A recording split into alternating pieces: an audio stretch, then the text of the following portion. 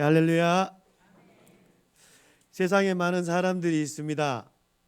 그 중에 장애를 가지고 있지만 재능이 특별한 사람들도 있는데요. 먼저 말씀을 나누기 전에 서번트 정후군을 가지고 있었던 레슬리 램키 사람의 이야기를 들려드리도록 하겠습니다.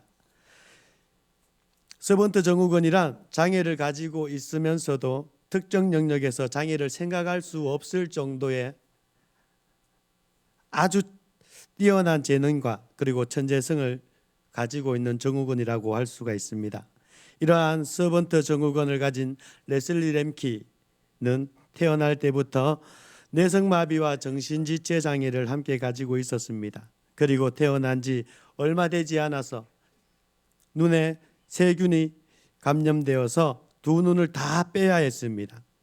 급기야 부모는 이 아기를 6개월이 되었을 때 병원 문 앞에 버렸습니다. 아무도 이 아기가 살아난다고 생각하지 못했습니다.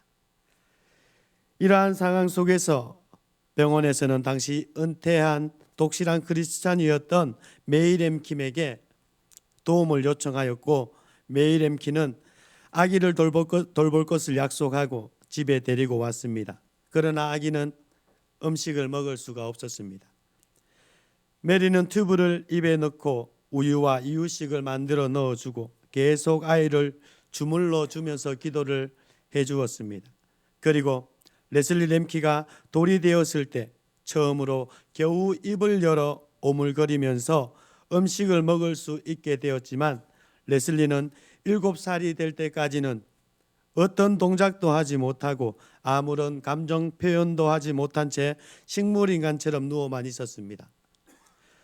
메리는 오히려 이 아이를 입양하고 난 뒤 매일같이 찬송을 부르면서 사랑으로 돌보며 아이를 붙잡고 기도하였습니다. 사랑의 하나님, 저는 성경의 기적을 믿습니다. 이 아이에게도 기적을 허락해 주옵소서. 정신적인 감옥을 깨뜨리시고 새로운 생명으로 태어나는 기적을 주옵소서라고 기도를 하였습니다. 하나님은 포기하지 않고 사랑으로 돌보며 기도하는 레슬리 어머니의 기도를 들으셨습니다. 레슬리는 9살이 될 때 손가락을 움직이기 시작하였고, 12살 될 때 일어서게 되었고, 15살 때 걷게 되었습니다. 그리고 이 아이가 음악을 들으면 반응하는 것을 알고 나서 하나님, 레슬리에게도 재능을 주옵소서라고 기도를 하였습니다. 그런데 레슬리가 16살이 되었던 어느 날 한밤중에 거실에서 음악 소리가 들렸습니다. 어머니 메리는 깨어나서 내가 라디오를 켜놓고 깜빡 잊어버렸나 하고 내려가 보았습니다. 정식으로 피아노를 배워본 적이 없는 16살 난 레슬리가 거실 피아노에서 차이코프스키 협주곡 1번을 연주하고 있었습니다. 할렐루야. 그 후에 어머니 메리는 인터뷰에서 이러한 고백을 합니다. 어떠한 상황에서도 포기하지 않았습니다. 기도하면 하나님께서 반드시 이루어 주실 것을 믿었습니다. 당시 언론에서는 이 사건을 메리 부인의 사랑과 기도의 기적이라고 보도를 했습니다. 여러분, 분명한 것은 사랑에는 능력이 있고 기적을 만든다는 것입니다. 우리 예수님께서도 우리에게 주신 가장 중요한 사명 또한 사랑하라라는 것입니다. 오늘 우리가 읽은 본문에서 바로 이러한 사랑을 행하는 성도들이 있었습니다. 4절에서 5절에 보시면은 너희 자녀들 중에 우리가 아버지께 받은 계명대로 진리를 행하는 자를 내가 보니 심히 기쁘도다. 부녀여, 내가 이제 내게 구하노니 서로 사랑하자. 새 계명같이 내게 쓰는 것이 아니요 처음부터 우리가 가진 것이다 라고 말씀을 합니다. 예수님께서 가르쳐 주신 계명대로, 즉 말씀대로 순종한 성도들의 그 사랑의 행위를 보고 너무나 기뻐한 이 사도 요한은 성도들에게 서로 사랑하자 권면을 하였습니다. 그리고 이 권면은 사도 요한 자신이 한 말이 아니라 이미 예수님께서 우리에게 주신 말씀이다라고 분명하게 선언을 하고 있습니다. 새 계명같이 내게 쓰는 것이 아니요 처음부터 우리가 가진 것이라 라고 말입니다. 그리고 6절에 요한은 사랑이 무엇을 따라 해야 하는지 분명하게 가르쳐 주고 있습니다. 6절에 보시면 또 사랑은 이것이니 우리가 그 계명을 따라 행하는 것이요 계명은 이것이니 너희가 처음부터 들은 바와 같이 그 가운데서 행하라 하심이라. 여러분, 무엇을 따라 해야 한다라고 말씀을 하고 있습니까? 바로 계명을 따라 행하는 것, 그 가운데서 그 말씀 안에서 행해야 하는 것이라고 말씀을 해주고 있습니다. 즉 말씀, 진리를 따라 사랑을 행하는 것입니다. 오직 말씀이라는 진리 안에서 사랑을 행하는 저와 여러분이 다 되시기를 예수님의 이름으로 축복합니다. 그렇다면 이렇게 진리를 따라 진리를 지키며 사랑을 행하는 자에게 있어서 가장 필요한 것이 무엇이겠습니까? 그것은 바로 자기 희생입니다. 여러분, 이 시간에 사랑하는 사람을 한번 생각해 보시길 바라겠습니다. 그리고 이 시간 사랑하는 사람이 옆에 있다면 한번 바라봐 주시길 바라겠습니다. 아무도 안 보십니다. 혹시 옆에 원수는 앉아 있진 않죠?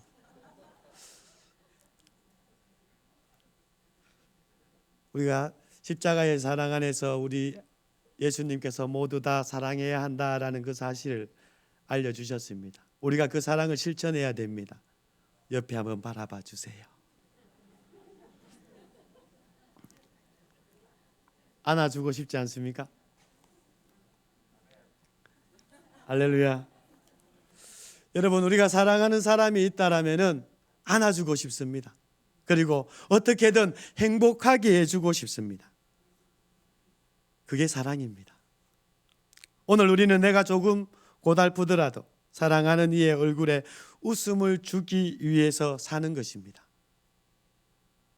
사랑하는 사람이 행복해하고 기뻐할 것을 생각하면 힘들고 어려운 일들, 그러한 일들을 이겨낼 수가 있습니다.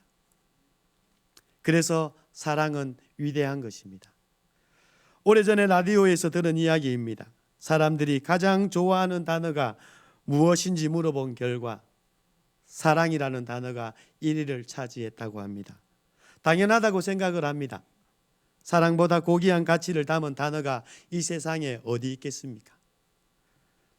그런데 오늘날 사랑은 너무 많이 그 의미가 달라지고 말았습니다. 자기 중심적인 사랑으로 변질되었고 자신에게 유익이 되는 것을 사랑이라고 착각을 하면서 살기도 합니다.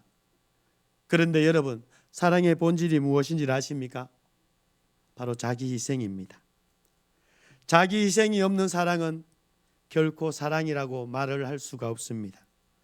내가 뭔가를 얻기 위한 그러한 사랑은 진정한 사랑이 아닌 것입니다.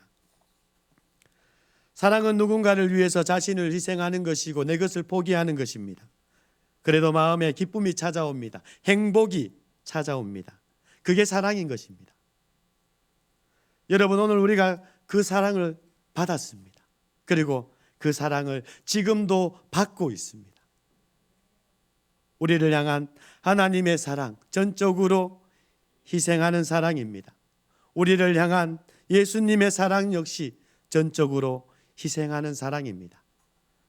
먼저 찾아오셔서 손 내밀어 준 사랑입니다. 모든 것을 아낌없이 주신 사랑입니다. 독생자까지 주신 사랑, 십자가의 생명까지 주신 사랑, 그것이 바로 하나님의 사랑이고 예수님의 사랑입니다.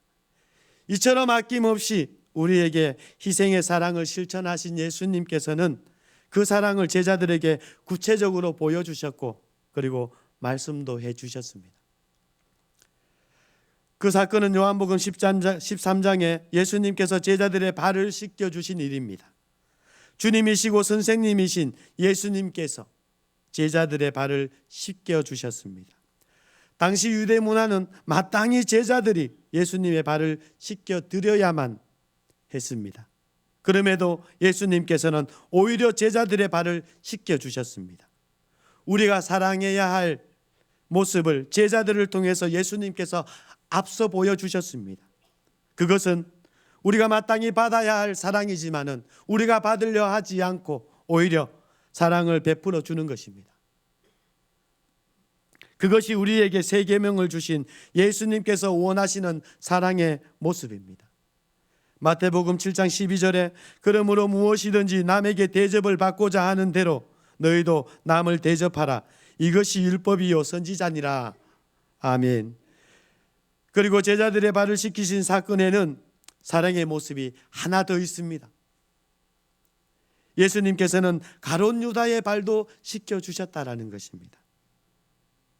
가룟 유다가 예수님을 배신할 것을 아시면서도 예수님께서는 기꺼이 가룟 유다의 발도 씻겨주셨습니다.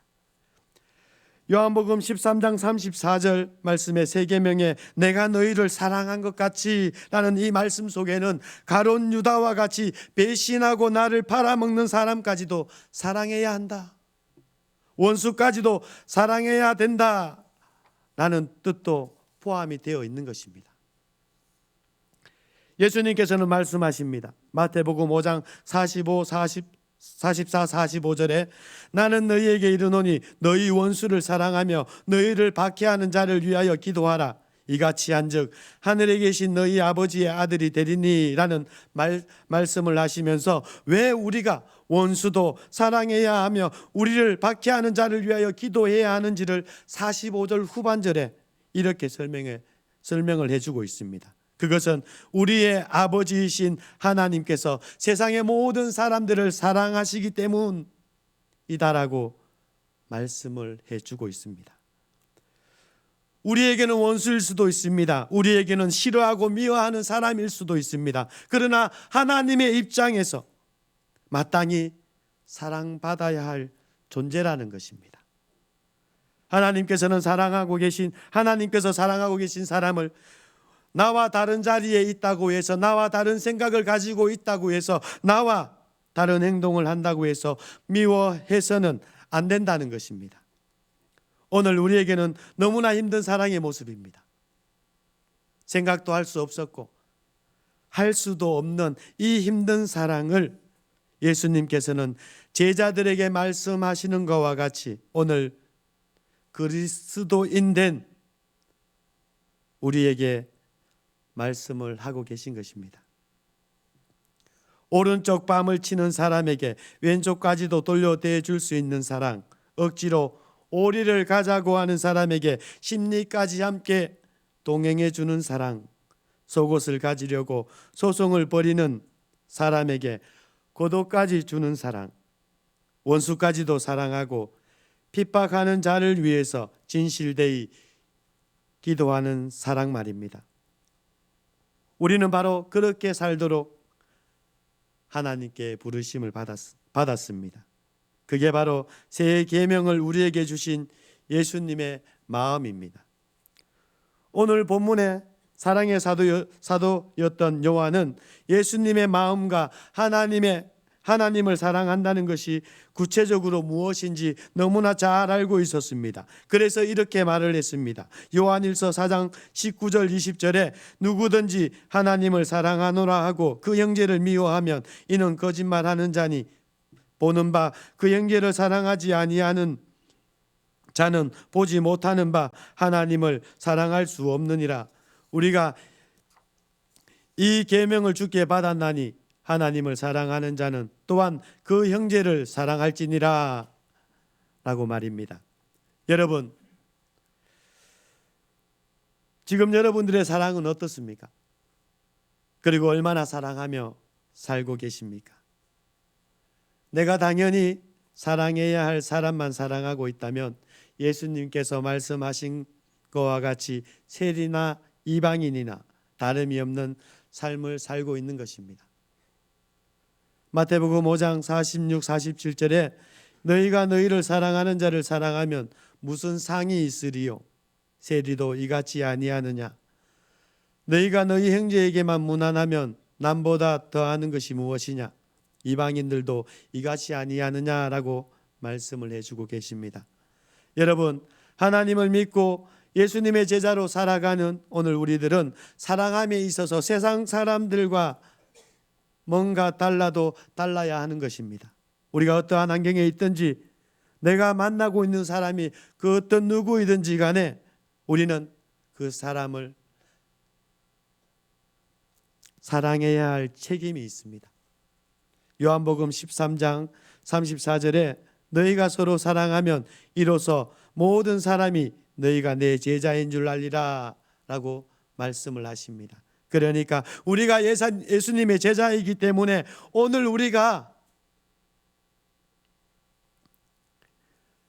예수님을 증거하는 그 증인의 삶을 살아갈 수 있는 그 온전한 모습이 바로 사랑을 행하는 것이어야 된다라는 것을 말씀해 주고 있는 것입니다. 말씀을 맺도록 하겠습니다. 예수님은 진리이자 또한 사랑이십니다. 진리는 우리가 믿어야 할 내용입니다.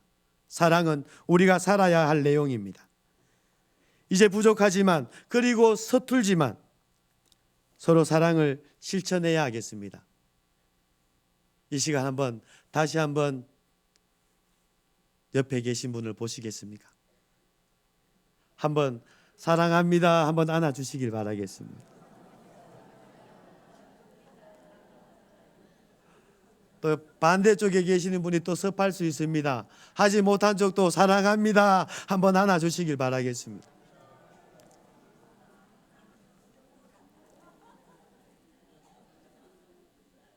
단지 사랑합니다 5자입니다. 또한 안아주었습니다.